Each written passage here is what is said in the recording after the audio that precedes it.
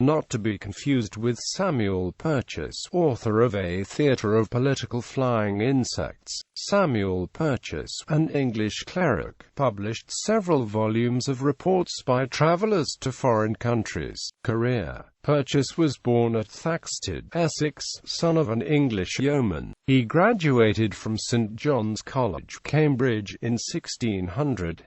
In 1604 James I presented him to the vicarage of St. Lawrence and All Saints, in Eastwood, Essex. Eastwood is 2 miles from Leigh-on-Sea, which was then a prosperous shipping centre and a congregational place of seafaring men. Purchas himself never travelled 200 miles from Thaxted in Essex, where I was born. Instead, he recorded personal narratives shared with him by the sailors who returned to England from the voyages. He added these accounts to a vast compilation of unsorted manuscripts, which were left to him by Richard Hakluyt and were later published as Purchas's third and final book. In 1614, Purchas became chaplain to Archbishop George Abbot and rector of St Martin, Ludgate, London. He held a Bachelor of Divinity degree, and with this degree was admitted at Oxford University in 1615.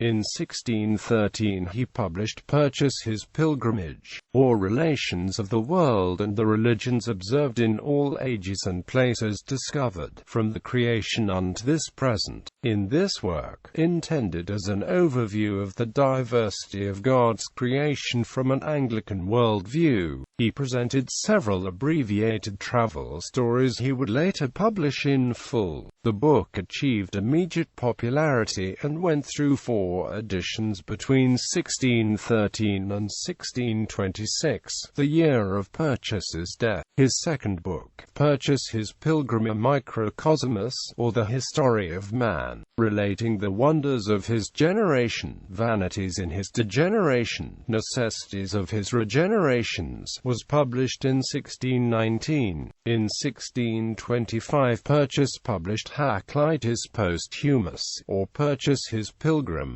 a massive 4-volume collection of travel stories that can be seen as a continuation of Richard Hakluyt's principal navigations and was partly based on manuscripts left by Hakluyt, who had died in 1616.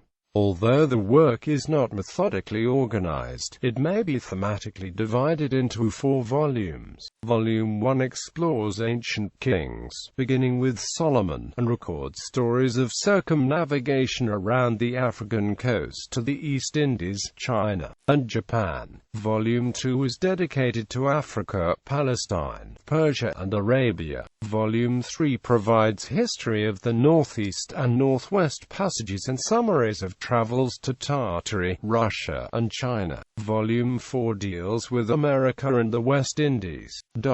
The 4th edition of the Pilgrimage is usually catalogued as the 5th volume of the Pilgrims, but the 2 works are essentially distinct. Purchas himself said of the 2 volumes, "These brethren, holding much resemblance in name, nature, and feature, yet differ in both the object and the subject, this being mine own in matter, though borrowed, and in form of words and method, whereas my Pilgrims are the authors themselves, acting their own parts in their own words, only furnished by me with such necessities as that stage further required, and ordered according to my rules." Purchas died in September or October 1626, according to some in a debtor's prison, nearly ruined by the expenses of his encyclopedic labour. Others believe the patronage of Dr. King, Bishop of London, which provided him with the rectory of St Martin, Ludgate, and made him chaplain to the Archbishop of Canterbury, relieved him from his financial troubles.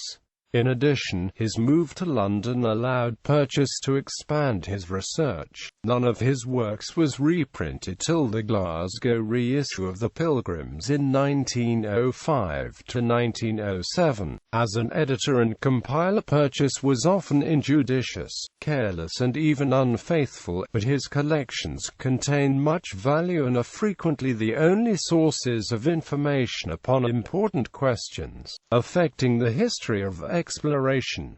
His editorial decisions as well as the commentary he added can be understood from his basic goal, to edify and educate the reader about the world, foreign culture, and morality. This should be contrasted with Hakluyt's goal of inspiring and interesting the nation in pursuing the project of exploration. Purchas' His Pilgrims became one of the sources of inspiration for the poem Kubla Khan by Samuel Taylor Coleridge. As a note to Coleridge's poem explains, in the summer of the year 1797, the author, then in ill health, had retired to a lonely farmhouse between Porlock and Linton, on the Exmoor confines of Somerset and Devonshire. In consequence of a slight indisposition, an anodyne had been prescribed, from the effects of which he fell asleep in his chair at the moment that he was reading the following sentence, or words of the same substance. In Purchas' Pilgrims, in Zandu did Kublai Khan build a stately palace, encompassing 16 miles of plain ground with a wall, wherein are fertile meadows, pleasant springs, delightful streams, and all sorts of beasts of chase and game, and in the midst thereof a sumptuous house of pleasure. Writings. Purchas, His Pilgrimage, or Relations of the World and the Religions Observed in All Ages. Purchas, His Pilgrim, Microcosmus, or the History of Man, relating the wonders of his generation, vanities in his degeneration, necessity of his regeneration. Hakluyt's posthumous Purchas His Pilgrims, containing a history of the world in sea voyages and land travels, by Englishmen and others, reprinted in 1905 to 1907 in 20 volumes.